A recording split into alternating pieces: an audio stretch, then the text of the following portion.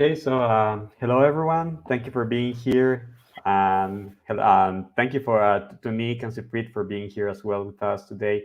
We're gonna have a panel on GameFi, which is a very interesting and new topic. Very excited about it. Very excited to learn about them as thought leaders.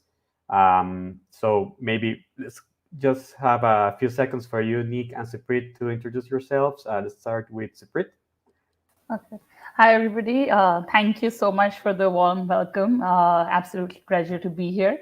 I'm Supreet Raju. I'm the co-founder at OneRare, and it's basically we're building the first food metaverse. I don't know how much I can talk about my game for like a long, long time, but I'll keep it short. And yes, just a pleasure to be here to discuss GameFi. Hey everyone, I'm Nick Graves, aka Gravy. Everyone knows me as that within Aavegotchi and on the Twitter space. So I'm the director of marketing at Aavegotchi. I've been with the team for half a year so far, and couldn't be more excited to be involved in this panel today. Awesome. Thank you very much for being here today. So let's start with a brief introduction of the BGA. Serena, if you can help me with the slides, please.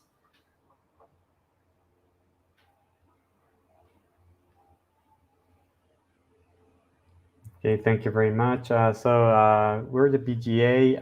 The BGA, or the Blockchain Game Alliance, is an organization committed to promoting blockchain within the game industry. Our goal is to spread awareness about blockchain technologies and encourage adoption by highlighting their potential to foster new ways to create, publish, play, and build strong communities around games. We're also strong advocates for diversity and more inclusivity of women within the industry. The BGA also provides an open forum for individuals and companies to share knowledge and collaborate, create common standards, establish best practices, and network. So these are some of the core activities of the BGA. We network, we research and report, we represent blockchain game companies and the industry, and we advocate for blockchain in the game industry as well.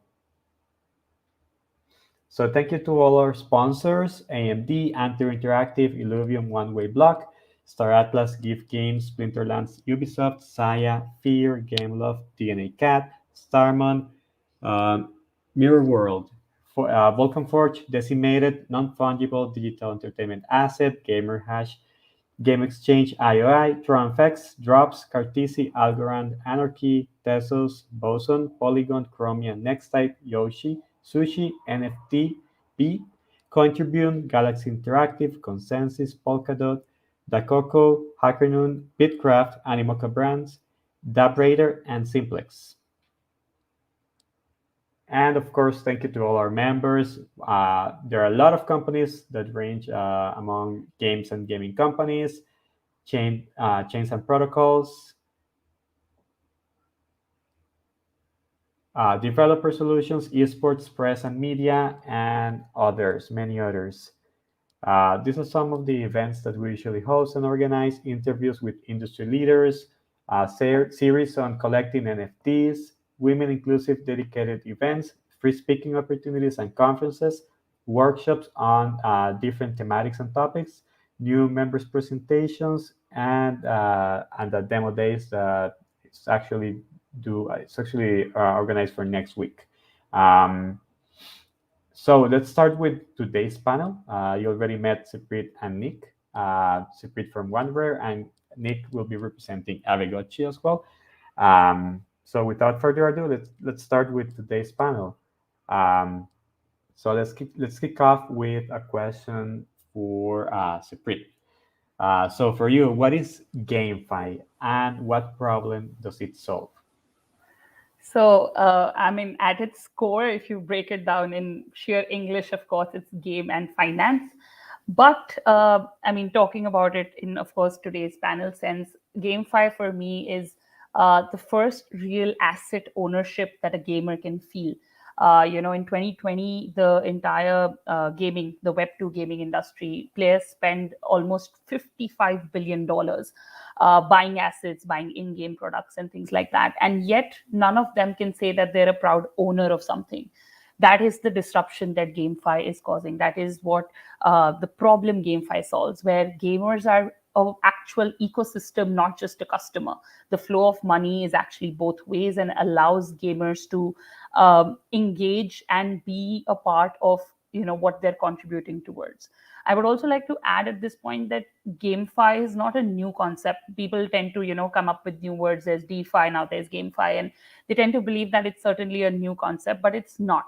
Every time when we think about even the most traditional games we've played, whether it's been Monopoly as a board game, we had Monopoly money. We go to Candy Crush and we're earning those tokens. Every game that we have played, most of them involve a monetary idea when you're the Monopoly winner because you made the most amount of money, or you're going up the levels of a particular game. So the only difference here now is that the money you earn comes out of the game. The asset you earn can come out of the game and can be used for something else. Just because I won something in a game is not reduced to that game. And that for me is the concept of GameFi, bringing that finance to your pockets from the game. Yeah, I'd like to just hit on that briefly too. It's not just a couple of buzzwords. It's not just NFTs and decentralized finance. GameFi is really allowing users, the ability to play to earn in a different non-traditional sense. A lot of times people are used to, in the previous decades where, the traditional gaming concept where you unfortunately just pay to play. Yes, there's in-game purchases and whatnot, but you don't truly own those items. So, GameFi allows people the ability to not only own their in-game assets, but it rewards them for their efforts that they put into playing games, improving on their in-game assets and whatnot, and participating in the ecosystem as a whole. So it's not just those buzzwords that everyone are hearing. Non-fungible tokens, decentralized finance. It's been around for quite some time here now, but I think it's just starting to get some adoption from more and more people that aren't necessarily that familiar with the crypto space. Yeah, definitely. I agree. And Nick, now that you're saying this, I would like to segue to the next question. So how has the GameFi sector been growing over the past months? You're talking about this growth, about people adopting it, the market actually doing something with it. So what's your take on this? Yeah, so I mean, in the previous few months, we've been heating up for a while now, but in the previous few months, you can definitely see it's the growth is coming. We're starting to, like I mentioned earlier, we're starting to see that adoption as more and more people realize the benefits of play to earn aspects of GameFi and the pros to being able to do that. In Q3, the blockchain gaming industry averaged roughly 75,000 unique users per day. So we expect that to get much higher as people start realizing the powerful the possibilities and what you can do with in the play to earn in the GameFi sector, and not just necessarily your PFP, NFTs, your artwork and whatnot. Once people start realizing the full utility behind these powerful NFTs, they'll start coming in even more. So I expect it to keep continuously growing at a much greater rate in the months to come. Yeah, absolutely, I agree. And because 2020 just changed the way the world was thinking, there's been a sudden shift in thought. People were, of course, home for so much longer. We've reached a point where everybody's online. These meetings are happening online. People are going to online conferences.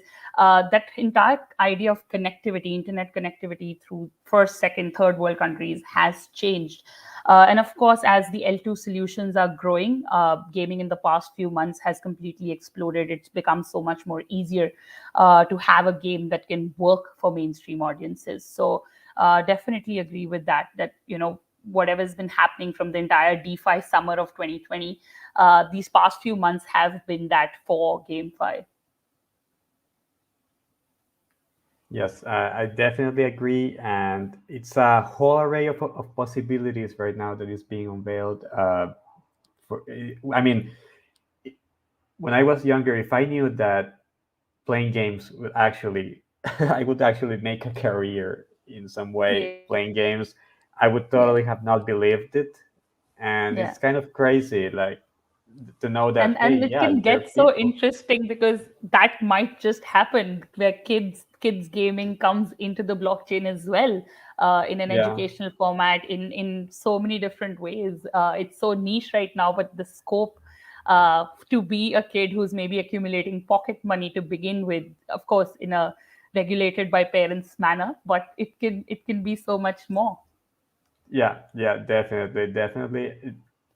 We're only starting. It's only getting started, and I'm really excited about where this is going. So let's use this topic to also move on to the next question, which is kind of related. So, Supreet, how do you believe GameFi is creating impact? What kind of impact it's actually creating, and to whom? Who's being benefited by GameFi? Let's tell us about a little bit about this.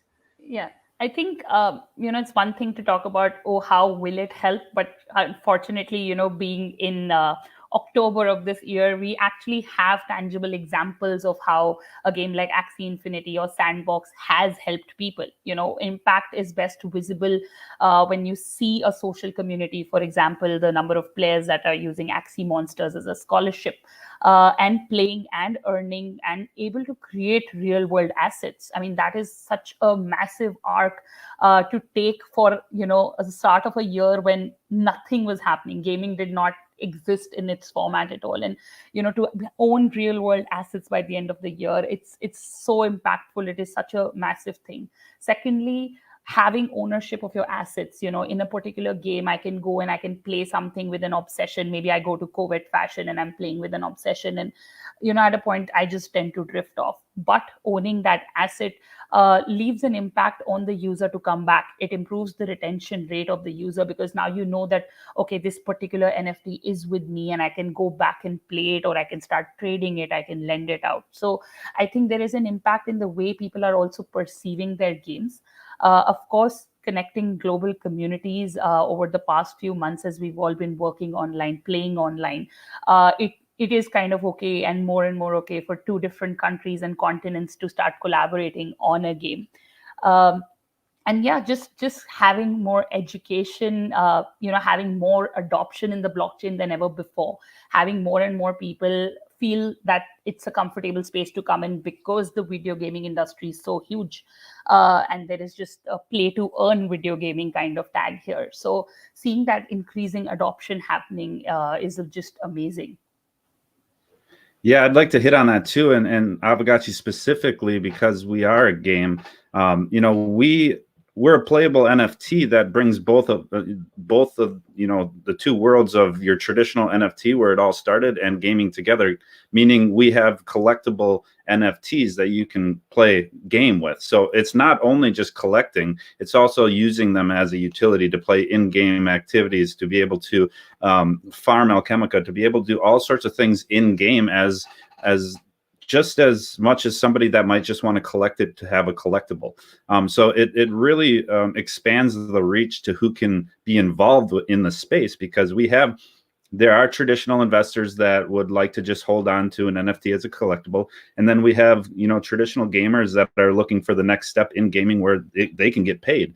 And so they're not only able to own a collectible that can, appreciate, it could do things for them. They could stake collateral inside them, but they're also able to use those to play and really enjoy, and to be able to do the things that they love to do anyways. So, and I want to hit on another thing. The GameFi is really making a tangible impact in society. I mean, we have people reaching out to each other from around the world. We have, on a regular basis, within our ecosystem, within our community, we have people saying how Aavegotchi's changed their lives. We've had friendships being created which otherwise would never have been created.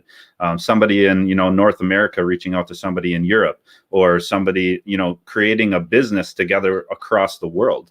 So there's several times that people are actually creating relationships that they never would have created if it wasn't for GameFi, if it wasn't for the ability to come together and find something, the new and improved way of passionate gaming, the play to earn aspect. So it's not only just building communities, It's doing much more than just that. It's collectibles, it's playing, it's community building, it's relationship building, it's all that good stuff.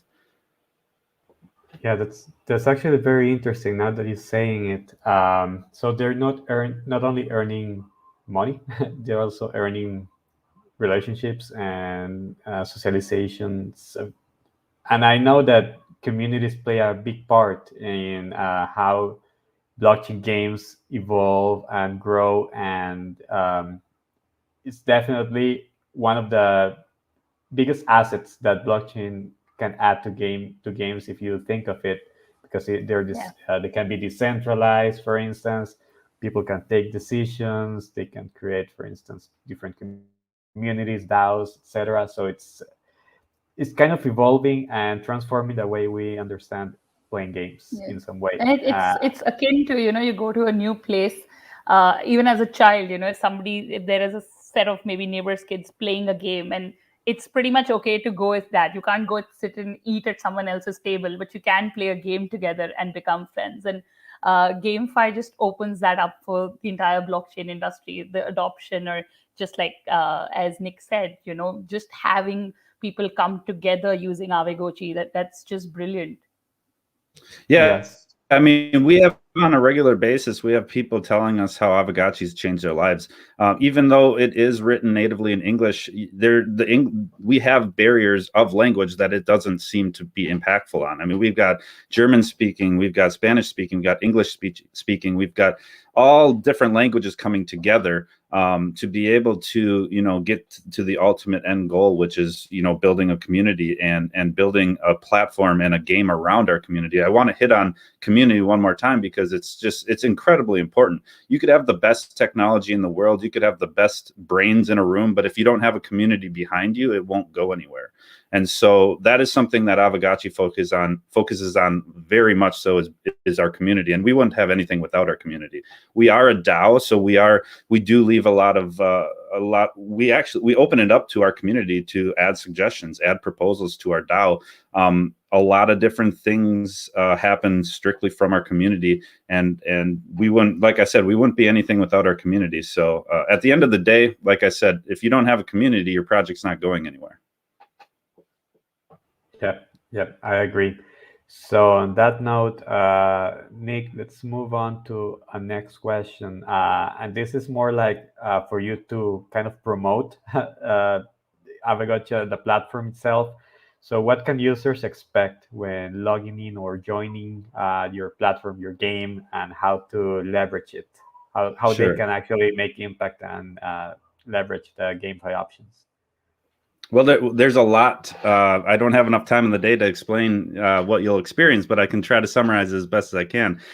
So when users are logging into Aavegotchi, they can expect to see a simple interface that can lead them down through a rabbit hole. A rabbit hole through the Aavegotchi ecosystem. One of the biggest ways to leverage Aavegotchi is just to simply get involved in the ecosystem. There's a number of different entry points, including just simply owning the native Ghost token. One of the cheapest and easiest ways to enter the ecosystem is to stake your Ghost tokens, which will earn you friends, which is basically, in summary, a loyalty kind of incentive. So if you stake your Ghost, you'll be able to earn friends, and you'll be able to participate in our ecosystem by winning wearables, winning portals, winning different things in our raffles. So other points include, purchasing the portal. You could flip wearables in our NFT bazaar, our NFT marketplace called the Bazaar. We have a very, very active NFT marketplace. We were just ranked in the top 10 for most active, I guess the highest volume in this last month. I just realized I saw somebody posted that awesome graph that we ranked 7th in largest by volume. So we're really, really active inside our own NFT marketplace. Other ways that you can get involved, which is what's going on right now, is rarity farming season. So rarity farming season is what people are most focused on right now for Aavegotchi, leading up to our realm parcel sale next week. Long story short, rarity farming season is the ability or the is the game that people try to make their Aavegotchis as rare as possible.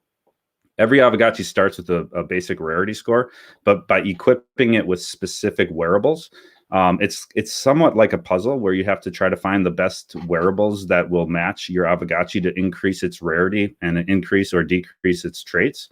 And so basically what rarity season farming right now is the main show. People are actively trying to make their Aavegotchis as rare as possible so that they can rank highest on the leaderboards.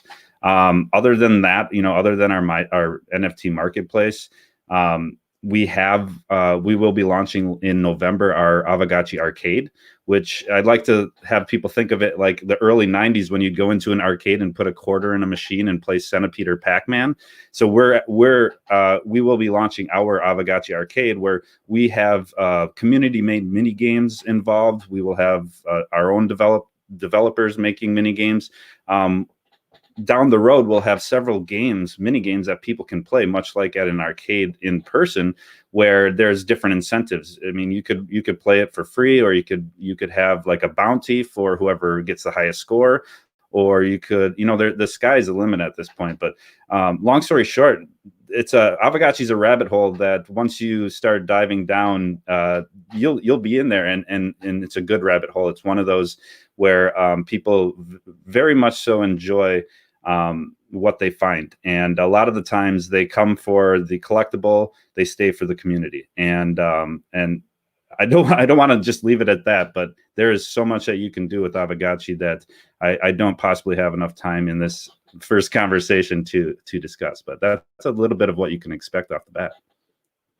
Yeah, well, you're remarking the community, and it definitely makes a difference for you guys, at least. So Supreet, tell us a little bit about your game and what can people expect from it. Yeah, I think we're the opposite end from the Aavegotchi. We're the little baby coming into the market right now. But I mean, just on a side note, I just find it so amazing to talk to people associated with projects, because I think, like Nick was saying, it's so hard to put it in these 3 minutes or 5 minutes, because the passion to actually get going, the passion to just expand your scope, to take the project forward is just amazing. And I mean, every time I talk to a project founder, you can see that the games that are being developed, the passion is sky high. So there is, I know it'll come later, but the future is just certainly so bright. On a note about OneRare, what we're basically creating is the first food metaverse. Till now, gaming on Web3 is basically a lot about characters, about, there's a particular style of gaming that we have right now, but OneRare is basically expanding the scope and trying to create a game that is a bit more immersive and more gender neutral, as well as bringing the entire global F&B industry to Web3. What that basically means is that we are basically going to be talking and creating games around food, creating an entire metaverse where people have to collect and find ingredients. They need to farm for ingredients, buy them on the farmer's market, and create recipes. So they can claim unique dish NFTs and use them to play mini games. Like the arcade they have, we actually have a playground where people can play games like Hippo Full, which is going to be an NFT slot machine of a very hungry hippo that is fed a lot of ingredients, and then somebody gets lucky when the hippo is full and vomits out the entire reward. Similar to that, we have food truck wars for all our dish NFT owners, where they battle in a 3-way race to kind of raise the most money for their dishes. We also plan to bring chefs and famous iconic food brands to Web3 by tokenizing their recipes, tokenizing ingredients. And of course, lastly, to be the food partner for everybody in Web3. So we're actually collaborating very actively with NFT projects and with gaming projects, where we actually create menus. For example, for Aavegotchi, if we collaborate, we basically come up with a food menu about what the Aavegotchi eat. And their players can sort of play in an experience where we have these special Aavegotchi lasagnas, and the players are, incentivized to actually create the recipes. And sometimes we go and host a party on Sandbox, or, go with the Aavegotchi people and party it up with a pizza party. So we're basically looking to be the food people of Web3, create this nice, happy food-related atmosphere, as well as, in just the concept came up with, I mean, sorry to just take it a step back. I think I should have said it in my introduction. I don't have a technical background. I'm actually a designer. And I'd also teach design. And I came into this industry, a couple of years ago. And for the longest time, I felt like the barrier of entry was extremely high. The barrier of entry of somebody new coming in and understanding this industry. When it comes to games, it certainly has gotten easier. There are some brilliant UI UX there. But akin to, the way apples and oranges are used to teach fractions in school, I felt like food could just be this really easy way to bring more people in. A person in Costa Rica sees a casado, a person in South Korea sees a bulgogi. And it's just a food they relate to. It's a food they understand, and that encourages them to come onto our game, to come into the blockchain industry, take that NFT, make a trade, make a wallet. And yeah, just use food as an example to bring more people in, bring the world together. Yeah, well, very interesting. And Supreet, it's very unfair that you're talking about food because I haven't had breakfast yet, so I'm getting a little hungry. But that is the end of most of our calls. It's always about food. And this is a question I always ask: what is your favorite food? And how amazing would it be if it becomes an NFT? And it would be even more amazing if you can take the NFT to a restaurant and actually get your dish. So Yeah. the entire cycle of food is hopefully on OneRare very soon. Yeah, I agree, definitely.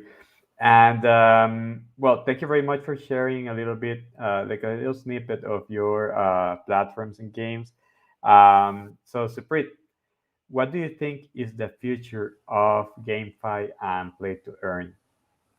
I think in terms of the future, of course, every month in crypto is like a year. Every year in crypto is like a decade. The kind of technological advance. Like I said, I've read this article by Axie that they were trying to raise money in February and it was so hard for them. And now they're the biggest. They're disrupting the industry in such a big way. So in my own very limited understanding of the industry, what I can definitely say is that in the future, the models that adapt to understanding, creating a equal model, an economic model for the gamers, not just for the company, will definitely stand out. The ones that are creating a social community, like Nick also said, the ones that are actually creating a real world use case would start doing well. I also do see the big game players, the disruption now has reached a point of tilt, where the glass is more than half full. And I think the bigger gaming companies are beginning to notice this space a lot more. So I do expect a lot of higher quality, a lot of AAA kind of quality of gaming to start coming into the industry now. The industry is going to spread out much more massively. And that pretty much, as we go along, we will see more players. Right now, it's mostly crypto natives that are actually creating games, but we will see people catching up with the technology, and that will expand the scope of GameFi. Yeah, definitely. I'd hit on that same question with, the future of GameFi and play to earn is the ability to leverage your collectibles, your NFTs, and the ability to interact with them and not just have them be a static something in the back of your mind or something on your computer or stored on your phone, but to be able to interact with them, to be able to continue to improve them while maximizing your ROI and earning a passive income. I truly think that will be the future, and that's kind of how Aavegotchi is set up. We have NFTs that the more you interact with them, the more rare they become. Basically, you have you can pet your Aavegotchi 2 times a day, and so if you miss one pet, that ultimately becomes less rare than somebody that didn't miss a pet. So it gives you a reason to keep interacting with your NFTs. It gives you a reason to become attached to your NFTs. It gives your NFTs life. And it's not just some, a PNG or a JPEG or something that you purchase to hopefully sell one day for a profit. This is something that you will hold on to interact with, something that you will grow to love, something that you will be able to improve on to help with your gaming ability inside the metaverse and in our mini games and whatnot. So I see the future being the ability to build on your NFTs that you've already purchased, that you've already invested in, and not just something that it's the same as day one as it is day 500. So that to me is something that is going to be the future of GameFi and the play to earn aspect of blockchain gaming. I envision a future where GameFi and play to earn are a standard of gaming. I mean, it's only a matter of time, in my opinion. It will become $1 billion industry with millions of daily users, and ideally become synonymous with the gaming industry as a whole. And it's not easy. It's not an easy feat at the moment, but I truly believe that you'll see some major traditional gaming kind of push back on crypto right now. But the grand scheme is, in my opinion, is they're going to need to get on board or get left behind at some point, because they have a very cushy, it's been working for them, in-game purchase economy, which, I mean, I get it. They like how it's working. It's been working for them, but people want the ability to own their in-game assets, to be able to take them out of the game if they want and share them with somebody across the world, or sell them for a profit, and not necessarily just put their credit card information into a game and have it saved and be like, okay, I want to complete this level easier, so I'll buy this or I'll buy that, or I need this wearable in order to make my character more advanced. But at the end of the day, what can you do with that, right? So the future, in my opinion, and what we're doing at Aavegotchi, is the ability to create NFTs that can be transferred 100% on chain to different gaming ecosystems once it keeps evolving. So, ideally in the future, we'll be able to use something that existed only in Aavegotchi at one point in a completely separate game or a separate metaverse or whatnot. So it's the ability to create something that will be able to leave where it began and end up somewhere else. And that's a very powerful concept that is that people will start realizing. So long story short, the traditional gaming sector, I think they'll have to adapt, or they will get left behind, unfortunately. But it is what it is. We're moving forward in the future. Yeah, I agree. And Nick, what would be your take, or what do you think would be the key concept, like the Trojan horse of GameFi, to bring this concept to traditional gaming companies? Do you have like an idea of what would be the best way to do it? That's a good question, and I don't think there's any one specific way to do it. I don't think there's going to be a Trojan horse. I think we do what we're doing now, and we continue to do it, and they'll have to adapt. They're going to realize that if they don't offer this stuff that we are offering now as GameFi, a sector itself, they will lose profitability. They will lose the ability to expand, and quite frankly, it's just one of those things, in my opinion, and in a lot of people's opinions, that you get on board or you get left behind. I mean, we're setting a ship that's going to sail off into the sunset of great prosperity. And if they want to stay at the bay, if they want to stay on land without us, that's their own prerogative. So in my opinion, they will have to adapt, or they will lose a lot of position in the gaming industry as a whole.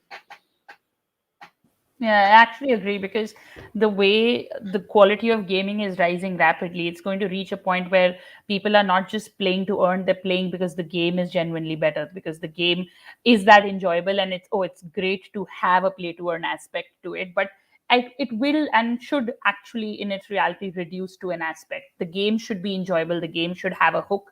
The game should have the ability to, sort of engage the user enough where the gaming company realizes that there is no difference between a crypto gamer and a gamer. They're all gamers at the end of the day. I couldn't agree more. I mean, at the end of the day, it's all going to become one. Gaming is going to be gaming. It's not just going to be traditional gaming versus GameFi. It's going to be gaming. And these concepts will transition naturally. So to go back to your original question, I don't think there is a Trojan horse to get into here. I think we all do what we're doing and continue to do that, and they will adapt to what we're doing. Yeah, I definitely agree. People who are gamers probably will be looking for entertainment, to socialize, and then also, while I'm doing this, earn money. it's it's a huge innovation, and it cannot be left behind by traditional companies in the near future. And this leads us to our next question. Maybe Nick, let's continue with you in this.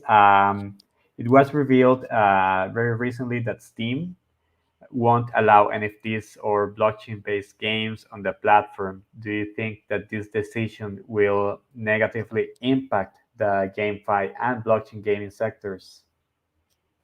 Yeah, so I guess I already kind of hit on that one, but I don't think that will negatively impact it at all.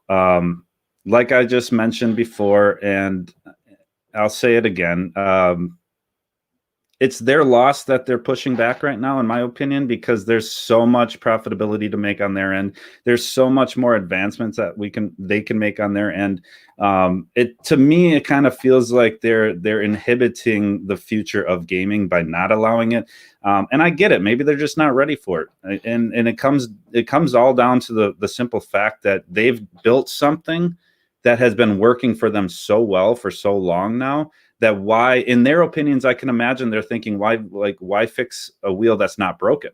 But in all reality, eventually they're going to their well will run dry of their in-game, where you're paying to play, and people will start leaving those realms to be able to go play a game that pays them. So eventually, like I mentioned, they're going to have to figure out a way to incorporate that in their games. And it might not be something that they're super excited about, but I truly believe that it'll be something that they will incorporate out of necessity to stay relevant. Otherwise, they're going to start losing their developers. They're going to start losing their teammates. They're going to start losing all of their talent to places like Aavegotchi, where they are more excited building something play to earn in GameFi. And I kind of want to hit on this right now. We just hired a gentleman the other day who worked for Blizzard. He worked on World of Warcraft. He worked on Diablo. He worked on all that stuff. And he quite frankly got bored of it. And so we're seeing it in real time, and we're seeing it on our team. So it's not quite 100% speculation. It is somewhat speculation, but we're seeing it in real time. We're seeing it happen to our team, where we're getting really good talent and really good players and teammates from the traditional sectors of gaming. So that's where I see it going. I see it going to, like I mentioned before, we're going to set sail on the ship, and if they want to stay on land behind, they can do that. Yeah, I absolutely agree, because I think the industry is very resilient. I think no phase of adoption has come easy to the blockchain industry. I mean, it's always been a hard-fought battle. There's no reason why this one is going to be any different. And I think whenever a particular door closes or a window closes, there's always another option. I think one of the most significant projects that suffered because of this team's announcement is My Neighbor Alice, and they've already announced their new game launcher. And that's going to happen with every project, with every hurdle that is put in front of any project. They are going to come out with the solution. And what is great is that because of the good season we've been having, more projects are funded, more and more projects are launching. And each one of those will facilitate and help the next set of ideas that is coming forward. So if one person decides to ban something, maybe it's a regulatory, like Nick said, it's their time to figure out whether they want to get here now, whether they want to get here after 2 years. But the industry is not going to stop. This particular adoption, people understanding the difference between play to earn and playing to pay, paying for a skin on a game versus owning a skin. That awareness is now too strong for a particular software or a particular company to roll it all back. It's going to happen nonetheless. Yeah, I agree. I'm very excited to see this change and see more and more companies actually adopting it and making an impact in some way. So on that note, Supreet, what do you think that GameFi projects and companies can make to promote their value proposition and the value proposition of GameFi itself to grow this market, these communities, these ecosystems? Yeah, I think In terms of value, as we've been touching on, and coming from a non-technical background, I can definitely say that as companies start to build now, especially the projects that are building now, easier onboarding is definitely something that people are looking for. The more easy it is to engage in your ecosystem, the more flexibility they have to move their assets around. The composability of the entire ecosystem will come into play. If your game is able to educate a user, education doesn't necessarily mean maths and science. Education basically means making someone comfortable, teaching them a certain new skill set, or just a little bit something more. Having that in gaming would be something absolutely wonderful. Of course, a great value proposition is allowing people to actually have assets that move beyond the game's life cycle. If a traditional game were to shut down, whatever level you were at, whatever point in the game you were at would just cease to matter. But the beauty of owning these particular assets and NFTs would basically be that a person can take them forward from the game, like Nick was saying for Aavegotchis as well, that, to kind of transcend ecosystems, like the way I've been talking about OneRare, that the dishes can go to Aavegotchi, the dish can go to Sandbox's party. People having the ability to take their ingredients around, take their dishes around, and interact with other ecosystems. That is our value proposition. Similarly, for all other games, it would basically come down to what I said before. If it's a high quality game that people are enjoying in its truest sense, that is the best value proposition you can give. You are play to earn, and you can offer free to earn. There are so many models, staking and things. But if it's an enjoyable game, if I want to pet my Aavegotchi, and that for me is fun, if I want to build my house on Sandbox, if I want to make my butter chicken and have it, the enjoyability of these things is the value proposition. I couldn't agree more with that. That's almost exactly what I thought of. Education coupled with an enjoyable gaming experience is really what's going to provide value. Simply incorporating the play to earn aspect alone isn't enough. Projects that focus on the community, focus on education, focus on an enjoyable gaming experience, they will ultimately watch the success unveil itself. And so if you concentrate on the onboarding, on the education, on the enjoyable gaming, you will be successful. If you don't concentrate on that,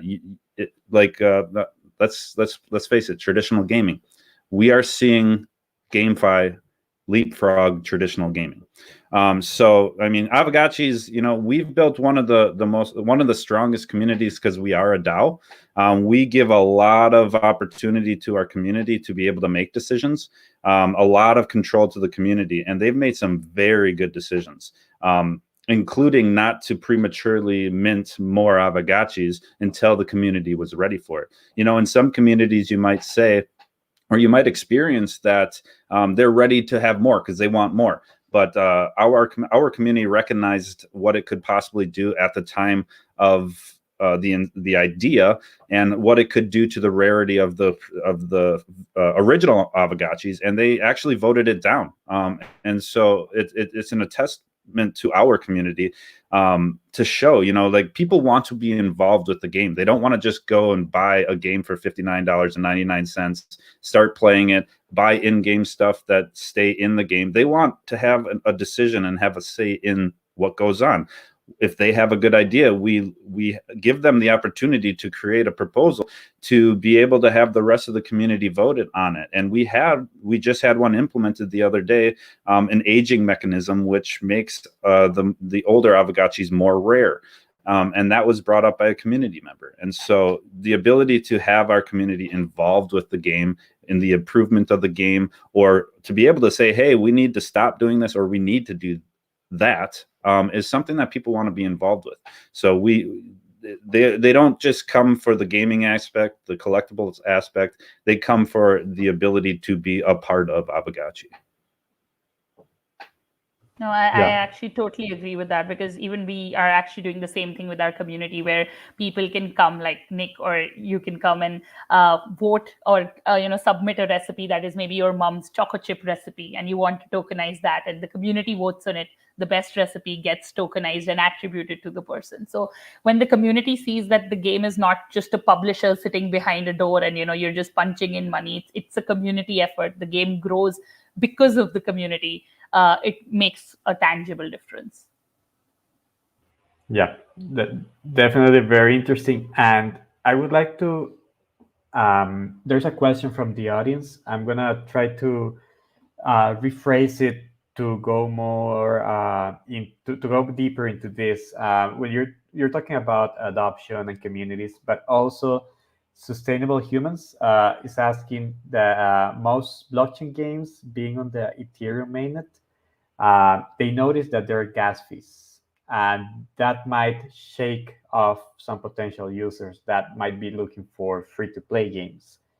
So, how can we address this? Do you have any opinions on this? On how can we address this to help these people who are looking for free-to-play experiences to actually engage within this type of games? Either Supreet or Nick can answer So this. basically, thank you for the question, sustainable humans. Basically, like I said before, firstly, the L2 solutions that are coming in, there's Polygon, there's like a whole bunch of chains now that do make this experience much easier. Secondly, there are now services like there's Bikeonomy, right, which basically allows for gasless onboarding. So it is completely up to the project as to how they create that environment. But I can see more of it happening now. Not all games are basing themselves on Ethereum mainnet anymore. There are a lot more ecosystems now. There is a lot more, either the layers for layer twos for Ethereum, or completely different ecosystems that are more dedicated to gaming. So I think as this goes along, I expect the gas fees and this to become an increasingly less problem. I think it's something that every project is actively working towards. Yeah, I mean we as Aavegotchi, we have interactions on a daily basis. So we actually were going to launch on Ethereum, but we held off and made sure to launch properly on Polygon because, like I said earlier, we pet our Aavegotchis 2 times a day. So basically, when you're petting with a Polygon transaction, you're looking at a fraction of a cent, and that's very doable. If we're on layer 1 with Ethereum, we're looking at $25 to $200 per pet 2 times a day, depending on what the GUI's at. But that's how the gaming industry, the blockchain gaming industry, is combating those layer 1 fees. Is they're using layer 2 like Polygon, which is it's fast, it's cheap, it's much simpler to use. There is a bit of an education gap from layer 1 to layer 2, but once people realize that it is realize how it works, how easy it truly is. Nobody wants to leave layer 2. Nobody wants to go back to layer 1 and pay ridiculous gas fees for just a simple transaction. So that's how you can combat. The original question was what are blockchain gaming's companies doing to combat those layer 1 fees? Is we're on layer 2. Same for us. We're also on layer 2. We're on Polygon. And I think, like I said, as people are building forward, we can't solve a problem from the past, but as people build forward, everybody is looking to make that experience better for the players. Awesome, thank you very much. And okay, so we'll have a last question, and this would be for both of you guys. To start with Supreet. So what are other opportunities for GameFi companies here to explore? And actually, let's not think, now that I'm thinking about it, let's not only think about GameFi companies, but also more traditional companies and what might come next for them if they actually end up adopting GameFi and play to earn models. Yeah. I think, from a GameFi perspective, first, or from the gaming perspective, like you said, the way the industry is progressing. For me, as people go forward, one big opportunity is to actually tap into the whole reservoir of world that actually plays games. Games is not restricted to just a particular age group or just a particular audience. Right now, the general style of gaming is extremely niche. It is more male focused. It is certainly much more tech savvy. People who need to have 5 things going, they need to understand 4 layers and things like that. As we go forward, I think bringing in more women is extremely important. Bringing in all age groups, making it more comfortable for a first-time user, as well as for companies to actually start creating or seeing this opportunity between the physical and digital world, where their assets have some value in the real world as well, or can transcend in some way. Of course, we will see more DeFi coming into games as well. People will be able to take their in-game tokens, put them in liquidity pools. But overall, I mean, for a new company to come in as well, I would say the biggest opportunity lies in not copying, not being, this is working, let's do this style and get going with it. It is in coming up with something new. There is so much to explore in gaming, so many themes, whether it's just travel, whether it is kids education, whether it is talking about something in a builder way, or just there is so much more to explore right now. And if people looked at gaming in a more broad scope, that opportunity would, it's just much more massive. If we look at engaging the world, not just engaging the people who already have a wallet and who can already play 5 games, so let's bring them to our game and make them a 6th player there. Yeah, I would definitely agreeing with that, is to be able to provide real world usability, real world utility, the ability to prosper off of something in game in the real world. One of the things that I think that a lot of other gaming projects, or even traditional projects, could improve on is the way they originally distribute their NFTs. We actually, and speaking of new ways, we actually use a new auction format. It's not the traditional English auction format where people are, the people with the fastest internet connection, the people with the best time zone in accordance to when the drop starts, and the people with the biggest bags of money are prospering. This is an entirely different concept that I think a lot more companies, a lot more projects should take into consideration. And this is called a GBM auction. It's a GBM style auction where you bid to earn. So it gives the ability of participants to participate in over a length of time.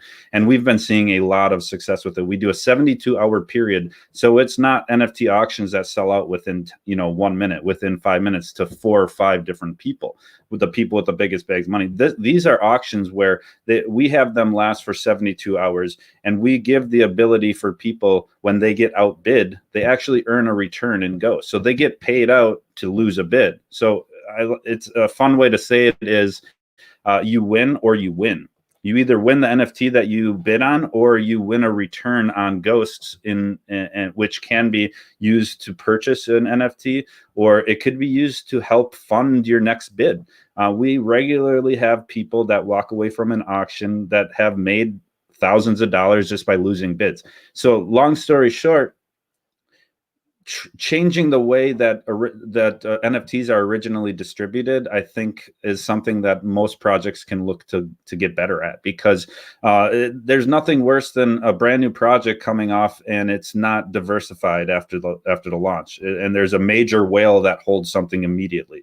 And so I think that's something to really take into consideration. And we've had 3 GBM auctions already, all of which have been breaking records, have been extremely exciting. It's a crowd favorite, and our community asks for, when's the next one? When can we get another GBM? Our next one is next week on the 28th for our first land sale, which is another thing that I think that some companies can work on, some projects can work on, to bring new ways of making their in-game experiences relevant to real life experience. So we, in our land parcels, we will be able to farm Alchemica, which are 4 new ERC20 tokens, which can be exchanged for other things in our NFT marketplace. They are ERC20s, so they can be sold. But only land parcel owners can have a chance at mining these. So you could use them. You could use these land parcels for whatever you want. I mean, the sky is the limit. We have radio antennas where you can install them and have your own podcast, have your own radio show. We have, Clash of Clans style equipment that you can upgrade your land parcels to make a relevant change or a relevant addition to your real life aspects. And so expanding on what you can do inside of your metaverse, inside your realm with your land parcels.